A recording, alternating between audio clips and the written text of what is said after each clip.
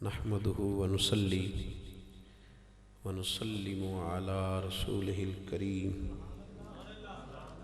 اما بعد اعوذ باللہ من الشیطان الرجیم بسم اللہ الرحمن الرحیم وَإِنَّكَ لَعَلَى خُلُقٍ عَظِيمٍ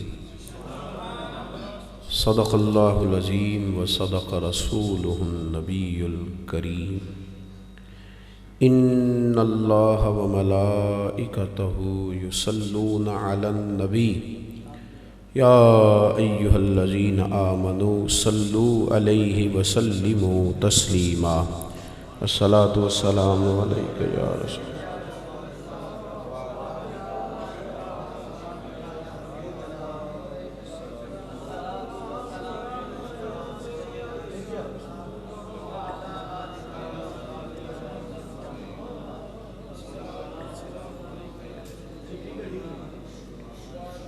اللہم صلی علی سیدنا مولانا محمد معدن الجود والکرم وآلہ وبارک وسلم۔ تمام تعریفیں حمد و ثنا اللہ تعالی جل مجدہ الکریم کے لیے، درود و سلام نبی رحمت صلی اللہ علیہ وسلم کی ذات والا صفات کے لیے حمد و صلات کے بعد محفل میلاد مصطفیٰ اعلیٰ تحیت و ثنا کے عنوان سے اس محفل مبارکہ کا بندوبست ہے۔ اللہ ہماری حاضری قبول فرمائے۔ اللہ تعالیٰ نے قرآن حکیم میں ارشاد فرمایا ہے کہ وَإِنَّكَ لَعَلَىٰ خُلُقٍ عَظِيمٍ، فرمایا محبوب علیہ السلام ہم نے آپ کو خلق عظیم کا مالک بنایا۔ آپ کے جو اخلاق ہیں، آپ کی جو عادات ہیں، وہ بڑی عظیم ہیں۔ نبی پاک صلی اللہ تعالیٰ علیہ وسلم ارشاد فرماتے ہیں کہ میں نہ دنیا میں مکارم اخلاق کی، اچھے اخلاق کی تکمیل کرنے آیا ہوں۔ آپ کا انتظام ماشاءاللہ ٹھیک ہے، آپ پریشانی چھوڑ دیں۔ اصل میں یہ غیر ارادی سی محفل ہو گئی نا آپ کی، کہ مطلب مولوی صاحب ٹائم پہ ہی آ گئے، یہ کیا ہو گیا؟ یہ مسئلہ ہمارے یہاں ہوتا نہیں نا جی، اور آپ اکیلے ہی پریشان نہیں ہیں، ہماری وجہ سے ساری پریشان ہیں۔ یعنی گھر والے ابھی گھر ہوتے ہیں تو کہتے تسی آ بھی گئے ہو، تو ہمارا یہ موقف ہے کہ اگر سامنے والا نہیں بدل رہا تو ہم کیوں بدلیں؟ ہم نے طے کیا ہے کہ کام سارے وقت پہ کرنے ہیں تو انشاءاللہ وقت پہ ہی کرنے ہیں۔ اور ٹھیک ہے جی، آپ تشریف رکھیں، سب حضرات مہربانی فرمایا ماشاءاللہ۔ شاہ صاحب یہاں ہیں تو تھوڑا مرتب کریں گے نا چیزوں کو انشاءاللہ تعالی، چیزیں ٹھیک ہو جائیں گی۔ میں نے اپنے ہاں نا پہلے دفعہ ایک جلسہ کیا کو 10-11 سال پہلے، تو میں نے اس میں لکھا کہ 9:30 دعا ہو جائے گی عشاء کے بعد۔ تو لوگوں کا خیال تھا یہ تو لکھا ہی ہے نا، چونکہ جھوٹ اب بڑا طے ہو گیا ہے۔ یعنی سارا خاندان بیٹھ کے کارڈ لکھتا ہے، ترتیب بناتا ہے، اور سارے چھوٹے بڑے اس میں شریک۔ کتنے بجے کا ٹائم لکھوائیں؟ 1 بجے کا لکھا دو جی۔ یہ آپ نے 1 بجے جانا ہے کوئی میرج ہال میں؟ کیوں لکھوا رہے ہیں 1 بجے کا؟ یہ جھوٹ ہے، اور یہ ہم پری پلان جھوٹ بولتے ہیں، اور جو پری پلان گناہ کیا جائے اس کی تو معافی بڑی مشکل ہو جاتی ہے۔ ایک تو ہے کہ بندے سے ہو گیا، اور ایک یہ کہ منصوبہ بندی کر کے گناہ کیا، اس کا کوئی معنی؟ ایک بچہ لے گئے مدرسے کا، کچھ لوگ کہنے لگے یہ نماز پڑھا دیا کرے، میں نے بھیج دیا۔ بعد میں اس بچے کی شکایت آئی کہ ہر نماز 2-3 منٹ لیٹ پڑھاتا ہے۔ تو میں نے کمیٹی والوں سے کہا انتظار کر لیا کریں، پر میں نے اس امام مسجد سے، چونکہ وہ ہمارے پاس کچھ عرصہ پڑھے تھے، میں نے ان سے کہا کہ پتر آپ مصلی پہ بیٹھ کے وعدہ کرتے ہیں کہ کل فجر 6 بجے ہوگی، تو پھر آپ کس طرح مخالفت کر لیتے ہیں جب آپ نے خود وعدہ کیا ہے کہ میں 6 بجے پڑھاؤں گا؟ تو یہ پھر غلط بات ہے۔ اللہ تعالیٰ آپ کو خوش رکھے۔ بس آپ میری 2-4 منٹ بات سنیں، میں نے مختصر سی بات کرنی ہے، چاہتا ہوں چلو آیا ہوں تو کچھ کر تو لوں نا آپ۔ بھائی نبی پاک صلی اللہ علیہ وسلم نے فرمایا ہے کہ میں اخلاق کی تکمیل کرنے آیا ہوں دنیا میں۔ تھوڑی سی مشکل ہے بات پر آپ نے سمجھنی ہے. یعنی حضور صلی اللہ تعالیٰ علیہ وسلم نے فرمایا کہ میں اخلاقی قدریں مکمل کر دوں گا،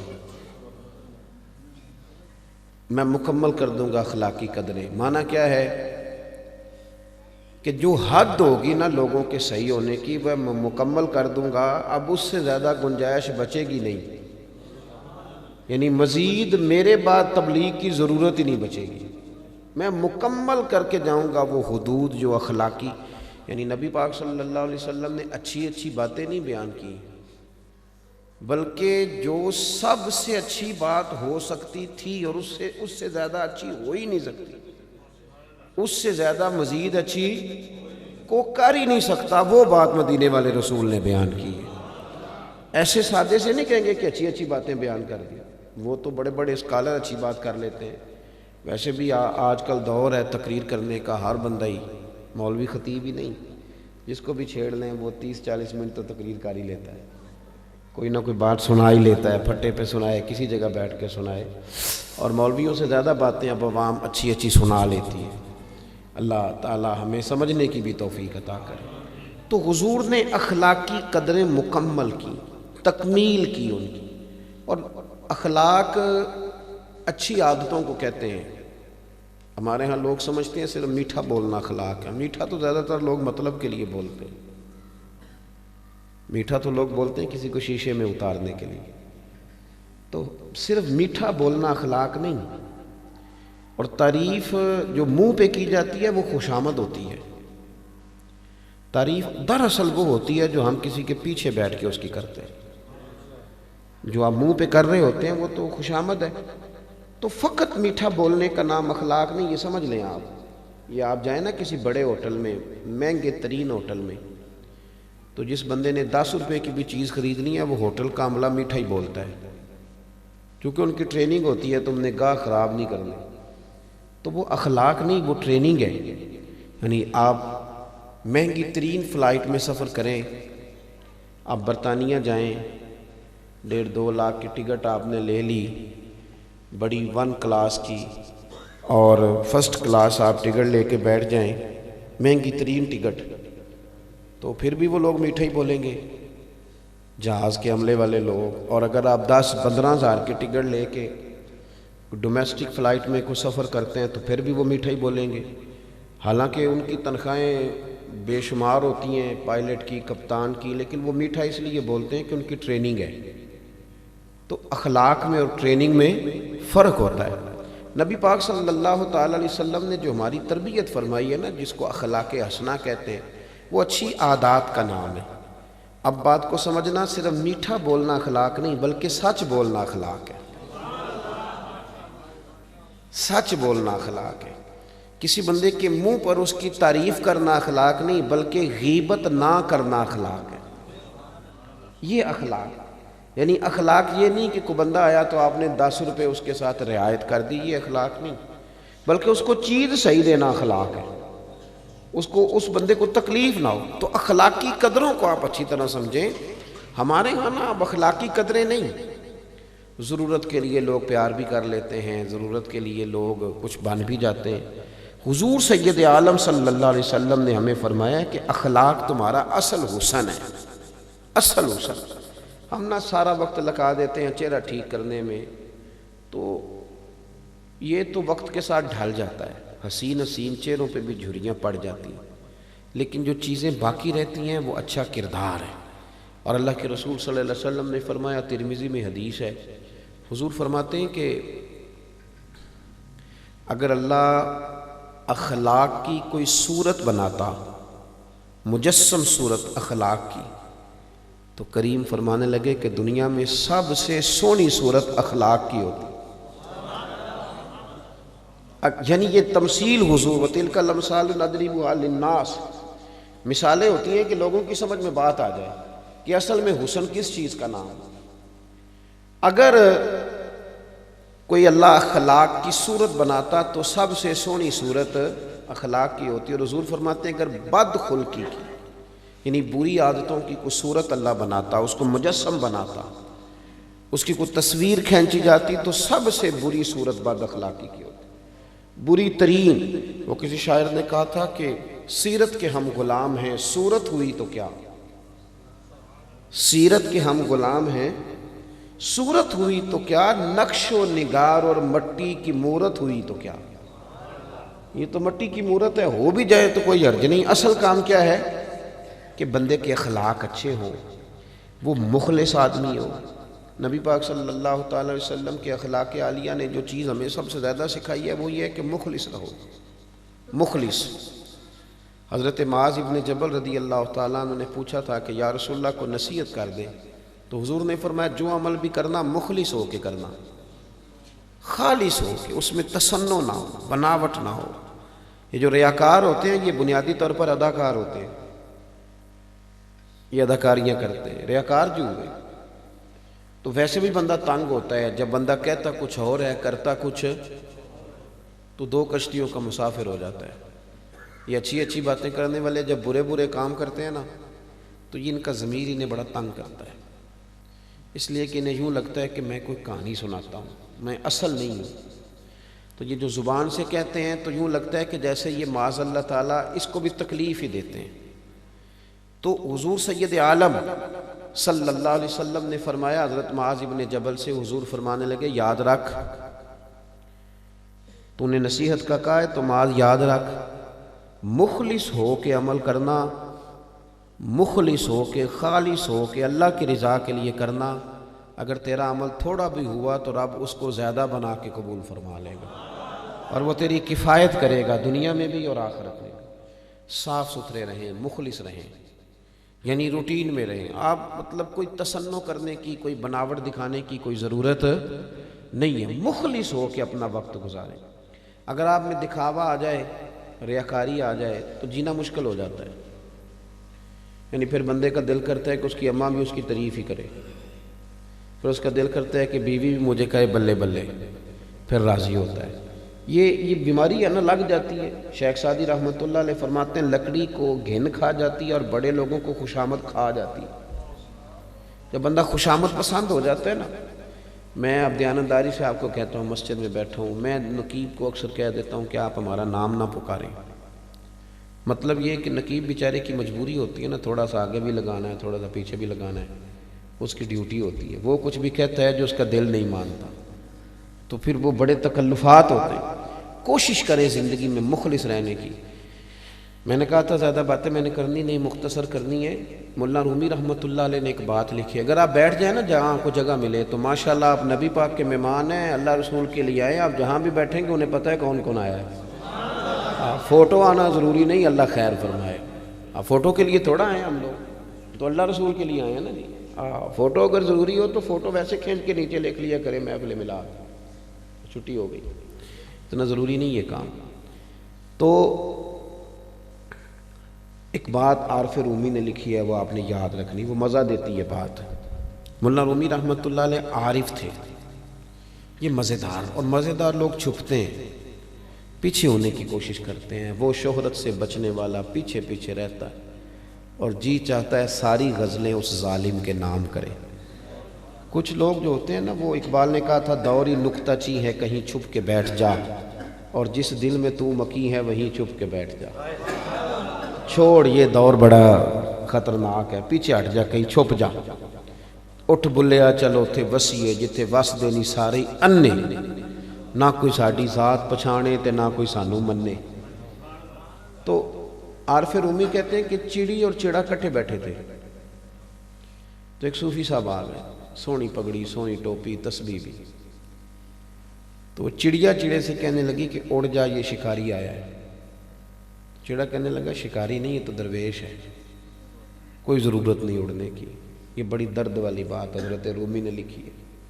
لیکن وہ قریب آیا نا جب بندہ، تو اس نے پیچھے گلیل چھپائی ہوئی تھی، اس نے نشانہ لگایا، چڑے کو لگایا، چڑا مر گیا. چڑیا نے جا کے بادشاہ کو، شیر کو شکایت کی، کہنے لگی اس نے میرا چڑا مار دیا. اس نے فوجیں دوڑائیں، بندے کو گرفتار کرا لیا. یہ مثال دیتے ہیں وہ سمجھانے کے لیے. سامنے کھڑا ہے وہ مجرم. تو شیر جنگل کا بادشاہ چڑیا سے کہتا ہے کہ پکڑ میں نے لیا ہے، سزا تیری مرضی کی دینی ہے، جو کہ گھر تیرا اجڑا ہے، تو بتا اسے سزا کیا دے۔ تو وہ چڑیا کہنے لگی بادشاہ اسے سزا کوئی نہیں دینی، اسے ایک حکم دے دیں آپ۔ فرمایا وہ کیا؟ تو چڑیا کہنے لگی اسے بس اتنا کہہ دیں کہ اگر شکار کرنا ہے تو کپڑے بھی شکاریوں والے پہنے، صوفیوں والے نہ پہنے، یہ درویشوں والے کپڑے نہ پہنے۔ شکار کھیلنا ہے تو کپڑے بھی اللہ کرے سمجھ آئے، صوفیوں کو بھی آئے اور شکاریوں کو بھی آئے، اللہ کرے سمجھ آئے۔ کہا شکار کھیلنا ہے تو کپڑے بھی شکاریوں والے پہن، کپڑے تو نے صوفیوں والے پہننے اور کھیلتا تو شکار ہے، یہ ظلم نہ کر۔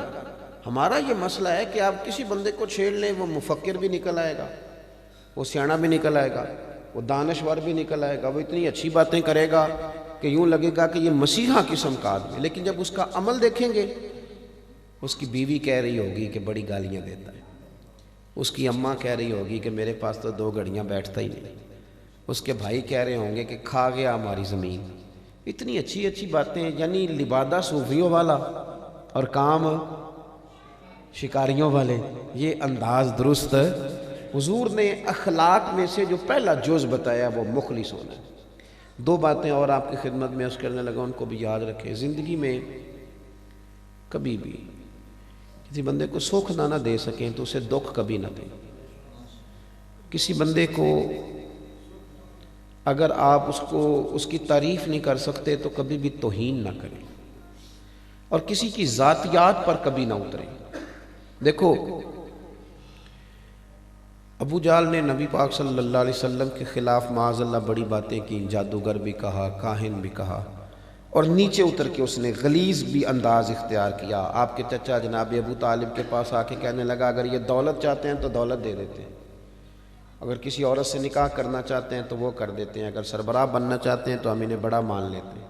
یعنی یہ چھوٹی حرکت تھی نا کہ حضور کے بارے میں اس طرح کی بات، وہ ذاتیات پہ اترا، کچی باتیں کی، لیکن نبی پاک کی اس نے بڑی مخالفت کی، پر حضور کبھی ذاتیات پہ نہیں آئے۔ یہ ضرور کہا کہ تو بت پوجتا ہے چھوڑ دے، لیکن وہ ظالم تھا، لوگوں کا مال لوٹتا تھا، کئی لوگوں کا مال حضور نے اس سے لے کے واپس کرایا، لیکن کبھی کسی بازار میں کھڑے ہو کے حضور نے اسے ڈاکو نہیں کہا، چور نہیں کہا۔ وہ شراب پیتا تھا لیکن حضور نے کبھی برسر عام اسے شرابی، ہمیں تو پتہ بھی نہیں ہوتا، یعنی مفت میں کہہ دیتے مولوی کھا گیا مسجد دے پیسے، کیا آپ نے دیے تھے؟ کیسے پتہ ہے؟ آپ جھوٹ بولتے، ہم آسانی نہیں دے سکتے تو تکلیف دیتے، کہانیاں کرتے۔ یہ انداز رسول کائنات علیہ السلام نے پسند نہیں فرمایا۔ حضور فرماتے ہیں دنیا میں سب سے بڑا جھوٹ بدگمانی ہے، بری سوچ سب سے بڑا جھوٹ ہے، یہ مسلم شریف کی حدیث۔ فرمایا تیرا بدگمان ہونا، بری سوچ بنا لینا، یہ بندہ بھی غلط ہے، یہ بندہ بھی غلط ہے، یہ بندہ بھی، یہ تیرا سب سے بڑا جھوٹ ہے۔ لوگوں کے لیے اپنے جذبات اچھے رکھنے چاہیے۔ اللہ نے جو بنایا ہے سونا ہی بنایا ہے، اور ہر بندے کی ضرورت تھی تبھی تو اللہ نے بندے پیدا فرمائے۔ یعنی ہمارا دل کرتا ہے کہ یہ نہیں ہونا چاہیے، آپ کا کیوں دل کرتا ہے جسے میرے رب نے پیدا کیا ہے تو بڑے کرم کے ساتھ پیدا فرمایا۔ تیسری بات اور آخری بات آپ حضرات کی خدمت میں یہ عرض کرنی ہے، انسان کی 2 قسم کی زندگی ہوتی ہے، ایک ہوتی ہے جسمانی زندگی اور ایک ہوتی ہے روحانی زندگی۔ ہمارا جو دین ہے اور جو ہمیں حضور سید عالم صلی اللہ علیہ وسلم نے اخلاق دیے ہیں وہ بنیادی طور پر روحانی زندگی ہے، وہ ایک تازگی ہے۔ دیکھو بہت سارے لوگ آج کہتے ہیں کہ پیسے بھی ہیں، گھر بھی ہے، پتہ نہیں میں پریشان رہتا ہوں، اور جو تھوڑے زیادہ پڑھے لکھے ہیں وہ کہتے ہیں بور ہوتا ہوں، پتہ نہیں کیا بات، پتہ نہیں، وہ جو بات ہمیں نہیں نہ سمجھ آتی وہ یہ ہے کہ یہ وجود جو ہے یہ بنا ہے مٹی سے، تو یہ مٹی سے بنی چیزوں کے ساتھ گزارا کر لیتا ہے، یہ گاجر کھا کے، مولی کھا کے، سبزی کھا کے، گوشت کھا کے سکون لے لیتا ہے۔ یہ جو روح ہے نا، روح یہ مٹی سے نہیں بنی، یہ رب کریم نے اپنے فضل سے بنائی ہے۔ اس کی غذا ہے قرآن پاک کی تلاوت، اس کی غذا ہے درود و سلام، اس کی غذا ہے رونا، رونا، اللہ کے حضور جا کے رونا، سرکار کی زیارت کے لیے رونا، اپنے گناہ پہ رونا، یعنی درد بن کے رونا، تڑپ کے رونا، یہ اس کی غذا ہے۔ آنسو اگر 1-2 مہینہ نہ آئے تو آنکھوں کی پتلیوں پہ میل جم جاتی ہے، دل سیاہ ہو جاتا ہے۔ یہ درد، یہ کیفیات، یہ سوز، آپ کبھی غور کریں نا سرور کائنات علیہ السلام کے اخلاق میں، سیرت میں ایک چیز آپ کو بڑی ملے گی۔ وہ کیا ہے؟ وہ یہ ہے کہ حضور بڑا ہی رویا کرتے تھے۔ اعلیٰ حضرت بریلوی جیسا محقق کہتا ہے، یہ اعلیٰ حضرت شعر نہیں لکھتے، وہ تو تحقیق بیان کرتے ہیں، تو اعلیٰ حضرت فرماتے ہیں رو رو کے مصطفیٰ نے دریا بہا دیے۔ اتنا روتے تھے حضور کے دریاؤں کی مانند روتے تھے۔ تو اگر آپ مصلی پہ نہیں نہ بیٹھیں گے، رب رب نہیں کریں گے، اگر آپ ہماری مصیبت یہ ہے کہ میں کچھ لوگوں کو میرا دل کرتا ہے اب کچھ لوگوں سے پوچھوں کہ جب موبائل نہ رہا تو زندہ رہو گے کہ مر جاؤ گے؟ میں صحیح کہہ رہا ہوں، میرا دل کرتا ہے کچھ لوگوں سے پوچھ لوں کیا مصیبت ہے، یعنی ہر ٹائم کیا لائف سٹائل ہے، اس طرح لوگ جیتے ہیں۔ روحانی لوگوں کا یہ سٹیٹس ضرورت ہے، پر ضرورت کو ضرورت ہونا چاہیے، اس کو انسان پر طاری ہر چیز کو اس صورت میں نہ دیکھیں، بچا کے اپنے آپ کو لوگوں سے چھپا کے کچھ دیر اللہ کے گھر میں حاضر ہو۔ بابا فرید الدین مسعود گنج شکر سے ایک مرید نے پوچھا تو حضور دل نہیں لگتا اور پریشان بڑا ہوں اور بے سکون بڑا ہوں، تو بابا صاحب فرمانے لگے جھاڑو لے لے اور مسجد میں پھیرنا شروع کر دے، رب تجھے سکون عطا کر دے گا۔ لیکن چودھری صاحب مسجد میں واکر لے کے دیتے ہیں 40,000 کا، جھاڑو شاڑو نہیں دیتے۔ وہ تو قاری صاحب سے پوچھتے ہیں کہ تسی جھاڑو نہیں دوایا، صفائی کیوں نہیں کی؟ تساں کیڑا کولوں کرنی، بالاں کولوں ہی کرانی جی۔ سبحان اللہ، کیسا ترجمہ ہے۔ آپ فلسفہ دیکھیں، اور بابا فرید جیسا ولیوں کا امام، اور میں قاریوں کا بھی میں کیا عرض کروں، علماء کی بات نہیں کرتا، یہ جو ہمارے بچے شاگرد ہیں، یہ اللہ خیر کرے، اب یہ کوئی چھوٹے چودھری ہیں؟ سوال ہی نہیں پیدا ہوتا، یہ بڑے ہائی کلاس کے چودھری ہیں ہمارے، جو آج کل نئے آ رہے ہیں نا بچے مدرسوں سے، ان کا کیا کہنا، یہ کہتے ہیں میں صفائی کروں۔ بابا فرید چھوٹے مولوی کا نام تو نہیں نا، چھوٹے درویش کا نام تو نہیں، پر بابا فرید فرماتے ہیں اٹھ فریدہ ستے آتے جھاڑو دے مسیح، یعنی یہ کام تو کوئی طالب علم بالکل نکما ہو تو وہ کرتا ہے، ورنہ ہمیں کیا لگے۔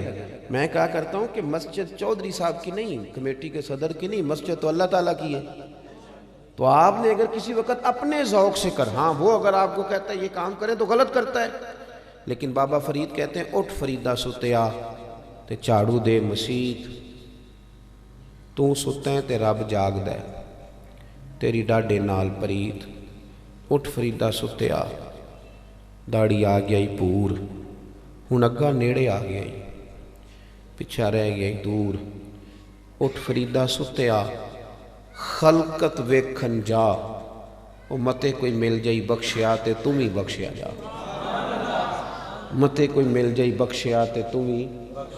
تو اپنی زندگی میں اخلاقی قدروں کو مضبوط کریں، مخلص رہیں، للہیت پیدا کریں، اللہ سے امید کرم رکھیں، اور دوسری بات یہ کہ کوشش کریں میرے بھائی تکلیفیں نہ دیں لوگوں کو، اذیت میں مبتلا نہ کریں، اور سب سے بڑی بات یہ کہ اپنا مصلی، اپنی عبادت 24 گھنٹے میں شام کو یہ تو حساب سارے کرتے ہیں کہ آج کمایا کیا ہے، تو ایک لائن وہ بھی لگائیں جس میں لکھا ہو کہ آج میں نے اللہ اللہ کتنی کی، یعنی نفع نقصان انسان دیکھتا ہے نا، تو دیکھنا چاہیے میں نے آج نیکیاں کتنی کی ہیں، اللہ تعالیٰ مجھے اور آپ کو عمل کی توفیق دے۔ میں نے کبھی اپنی مسجد میں جمعے میں بھی پورا گھنٹہ تقریر نہیں کی، میں ہوں ہی چھوٹی تقریر والا مولوی، بندہ یہ نہ سمجھے کہ مجمع تھوڑا سمجھ کے بات تھوڑی کی ہے، مزاج ہی تھوڑی تقریر کا ہے، زیادہ کرتے ہی نہیں، مزاج ہی نہیں۔ اللہ تعالیٰ آپ کو جزائے خیر۔ نہیں ہو گئی جی بات، تساں لیٹ کی تھی، میں تے آ گیا سا، ہاں جی نہیں میں تو، میری تو گفتگو مکمل ہو گئی، اللہ آپ کو جزائے خیر دے۔ چلے ایک بات اور کر دیتا ہوں میں، نہیں وہ تو آپ کو سریلا مولوی بلائے نا جی، جڑا ایک شعر تے 5 منٹ لائے، پھر پڑھو، پھر مزہ لے کے پڑھو، پھر اچھی آواز نہ پڑھو، جی مینوں مزہ نہیں آیا تو تاں پڑھو، تو وہ تو ہے نہیں نا ہمارا سسٹم۔